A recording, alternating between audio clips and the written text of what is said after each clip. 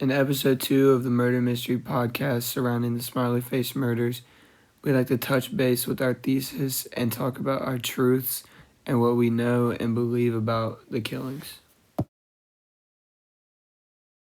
The idea that Keith Hunter Jesperson is the serial killer behind the Smiley Face killings is simply debunked by the real motive of serial killers, dissimilarity in graffiti, and time frame of said killings.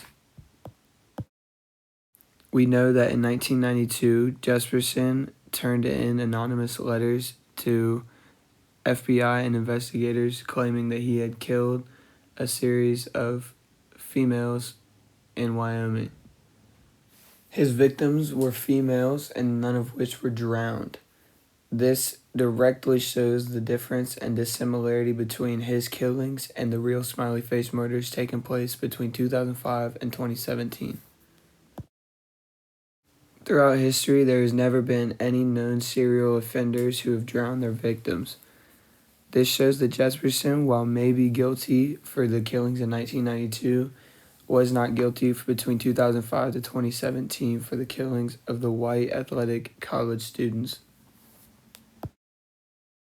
Myths and urban legends are both perpetuated and dispelled with the advent of the internet. While many myths are verifiable on websites such as urbanlegends.com or snopes.com, online communities also grow around the proponents of certain urban legends.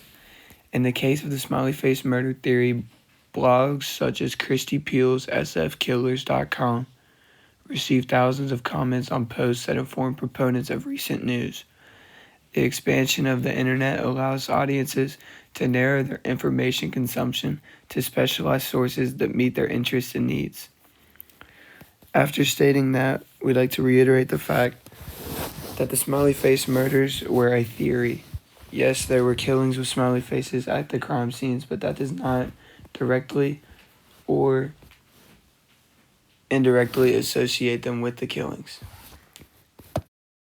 Throughout history, society has always needed to produce monsters, often called folk devils, to help explain the unexplainable.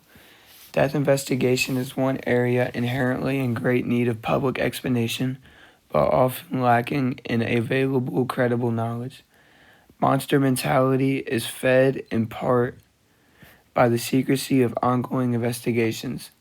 It is also fed by our media's lack of resources or perhaps resolve to dig deeply into what actually happens when each of these deaths occur.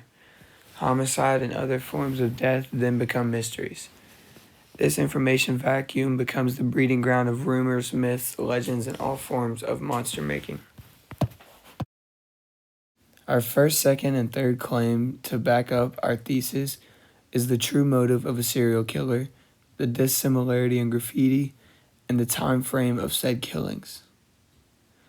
The idea that Keith Hunter Jesperson is the serial killer behind these killings is simply debunked by these claims.